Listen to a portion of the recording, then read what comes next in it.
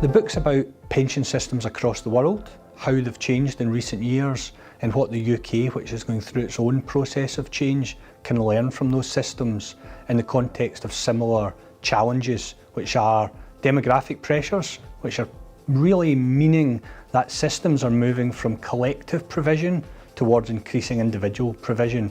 The UK is in that process in terms of building a defined contributions pension system on a mass basis for the first time. So what can we learn from other systems that have gone through this experience? 2 or 3 things stand out, I think.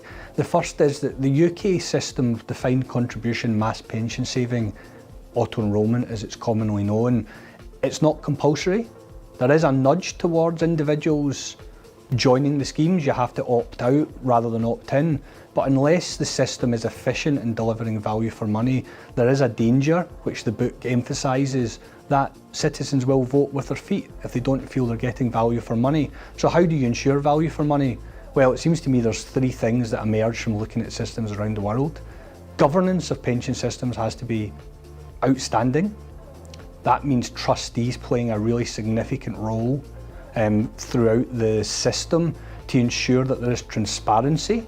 We know what's being paid for and why, that there are low costs, not a race to the bottom, but ensuring value for money throughout the system, and more widely that government and regulators play a serious but not onerous role in aligning incentives inside the pension system. Some systems have done this better than others. The book evidences that. The UK is in this process, but we've still got some way to go to be assured that our new defined contribution system works efficiently.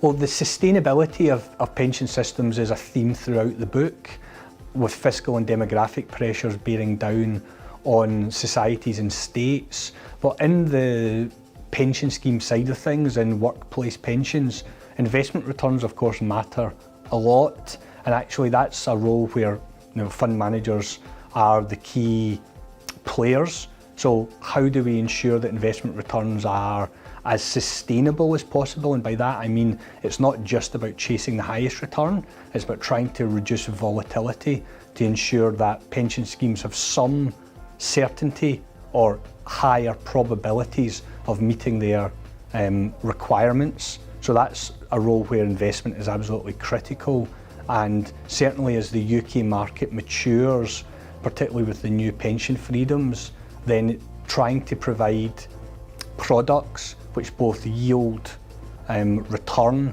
but also are as low volatility as possible, I think is going to be an increasing theme.